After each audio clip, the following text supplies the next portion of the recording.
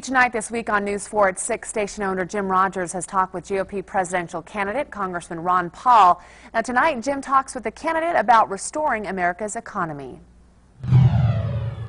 Ron, thanks again for being here this week. I have to tell you, I've learned an awful lot. I really like you and admire you. Let's talk about your Restore America economic plan. Well, we certainly need that because most people realize now that we are broke. We're too far along in the debt, and if we don't change our ways, we're going to end up with a calamity much worse than we have now. And we're on the verge of that because we don't know the exact date that's going to hit.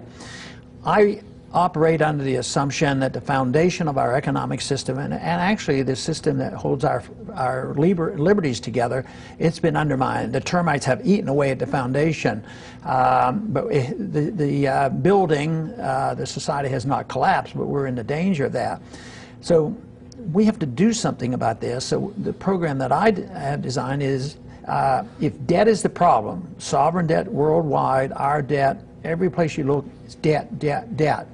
And yet, the prevailing attitudes in Washington and the prevailing attitudes of many who have been taught Keynesian economics is that our problem today is we don't spend enough money. And this is bizarre. They want to apply this to government. But if an individual comes in and asks one of us for advice, and they're, say, a family member, and they owe a couple $100,000 and they have 10 credit cards and they're over there and they can't get any more credit, it's most unlikely that none of us would say, you know, what you really need is more money because your standard of living is going down, so spend more money. Well, they can't spend more money, but the government can keep spending it because they get to print it. But they don't say, nobody wants to say to the government, which is what I want to say to the government, is you've spent too much money. The debt is the problem. The debt is a load on the economy, and we're just paying for the debt. And we cannot keep borrowing from foreigners over a period of time. Every year since 1976, we have borrowed more from the foreigners than we sold to them. So we've been in a negative balance. In the 30s, in the Depression, we were a creditor nation, and it wasn't as painful as it could be. Now we're a debtor nation, and we're under the gun. So I emphasize the spending. We have to cut back on the spending, and of course, that's where you sort of cut in and hurt, and people get very, very nervous. That can't solve the problem, mainly because they see it an attack on their personal benefits as well. It attacks the philosophy of those who say the only thing we have to do is give the money to the people. If they don't have any, we'll just give them the money. And this is what the whole bailout's been for the last 3 to 4 years.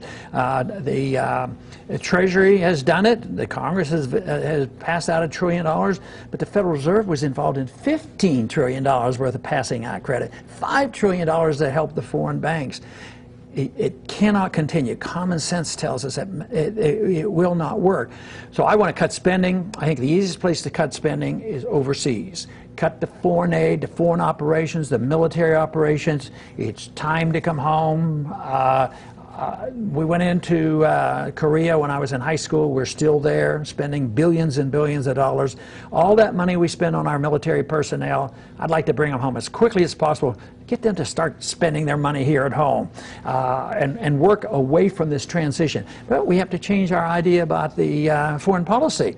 If the people keep saying, oh no, Ron, that's not a good idea because we are the benevolent country and we have this responsibility to spread our goodness around the world, we have to teach people how to have election. Yeah, go and kill a bunch of them and say, now you will have election. Then they elect a leader and we won't accept him because he's not our person. And then we go and we bribe these dictators. Just think how long we were paying this dictator Mubarak in Egypt, and then he's gone. This doesn't help us at all and doesn't even help Israel, you know, because, you know, we're supposed to do this, buy these peace treaties, but it doesn't work. I said, just come home, you know, and trade with people and deal with people. So I would say cut there, but you also have to cut here at home. And my proposal cuts 5 of the departments, 5 major departments. We just don't need all these departments, and people get, you know, worried about, but we've had them all this time, yeah, but not all that long. What's the dollar figure if you cut the military as you would suggest? how much the military would keep? Yeah, or how much we would save. We probably first year $300 billion, but it would still keep them $500 billion. It would still be much more than anybody else, almost what everybody else has put together. So it's still a tremendous amount, but most of this money doesn't go to defense. I think it jeopardizes us. We are over there just prodding people to, you know, every time we send a drone over there, try to target one individual, and his family gets killed, or the neighbors get killed, or the innocent people get killed, that just develops another 100 people that say, you know, why are you doing this to us? I'd like to get the country to accept the notion of a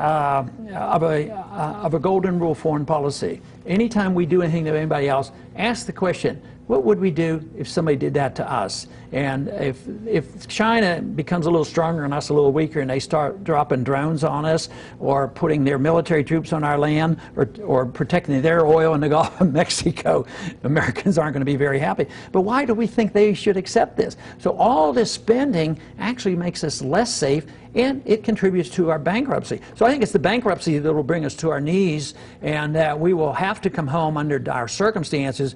I say cut it first, come home, get rid of some of these departments, work our way out of it. I'd like to offer the young people a chance to get out of Social Security. If they distrust the government, get them out. I want to protect Social Security beneficiaries, but you have to cut these other things. We've made a promise. I'd like to make an effort to keep up the contract we have with the Social Security beneficiaries and keep that going.